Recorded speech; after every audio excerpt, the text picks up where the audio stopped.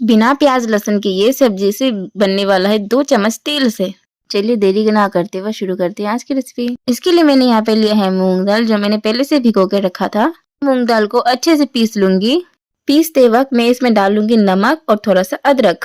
फिर मूंग दाल को मैंने अच्छे से पीस लिया। अब मसाले के लिए मैं यहाँ पे लूंगी टमाटो, अदरक और लाल मिर्च। मेरे यहाँ पे कढ़ाई गर्म हो चुका है तो डाल लूंगी 2 चम्मच तेल।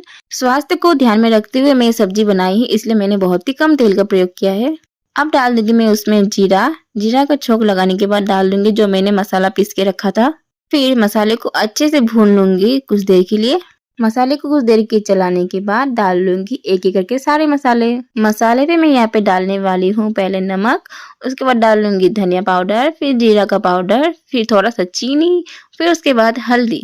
फिर मसाले को कुछ देर के लिए अच्छे से भून लूंगी जब तक सारा मसाला आपस में ना मिल जाए। जब मेरे सारे मसाले आपस में तेल छोड़ने लगा, तब मैं यहाँ पर डाल रही हूँ सुगंध और स्वाद के लिए कसूरी मेथी। इसके बाद इसको भी कुछ देर के लिए अच्छे से चला लूंगी। मसाले को अच्छे से भून लेने के बाद डाल दूंगी यहाँ पे मैं गर्म पानी, जो मैंने पहले ही उबाल के रखा था। अगर आपके पास समय कम हो तो आप सब्जी में गर्म पानी ही डाला करें, इससे सब्जी आपका बहुत जल्दी बन जाता है। जब तक सब्जी में अच्छे से उबाल आ रहा है तब तक यहाँ पे मैं दाल को अच्छे से फेंट लूंगी। अगर मैं इसे बिना फेंटे सब्जी पे डाल दूंगी तो मेरा दाल का बड़ी बनेगा नहीं और सब्जी खराब हो जाएगा। और फिर आप देख सकते हैं मेरी दाल का बड़ी बिल्कुल तैयार है। अब मेरे सब्जी में उबाल आ चुका है तो मैं गैस को कम कर लूंगी। फिर मैं एक एक करके दाल के बड़ी को अच्छे से डाल लूंगी। इसमें हमें ये ध्यान रखना है कि हमें खौलता हुआ पानी में बड़ी को नहीं डालना है। अगर खौलता हुआ पानी में डाल दूंगी तो ये आपस में मिल जाएगा और मेरे दाल का बड़ी बनेगा नहीं। अब मैंने सारे बड़ी को अच्छे से डाल दिया है। अब सब्जी को ढकने के बाद गैस की आंच को बढ़ाना है।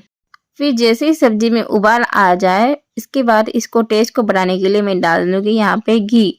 जबकि ये निरामिष सब्जी बनने वाला है तो निरामिष में घी डाले तो उसका स्वाद और भी बढ़ जाता है। हमें इसका झोल को मोटा रखना है, पतला नहीं रखना है, इसलिए मैंने मोटा ही रखा है। उसके बाद मैं डाल लूंगी यहाँ पे धनिया के पत्ते। धनिया के पत्ते डालने के बाद इसको चला लूंगी और हो गया मेरा सब्जी बिल्कुल तैयार। अगर आप चाहो तो इस सब्जी में आप दही के बड़े को पकौड़े बनाकर भी बना सकते हो। तो ये मेरा आज की रेसिपी यहीं तक है। आशा करते हैं आप सबको अच्छा लगा।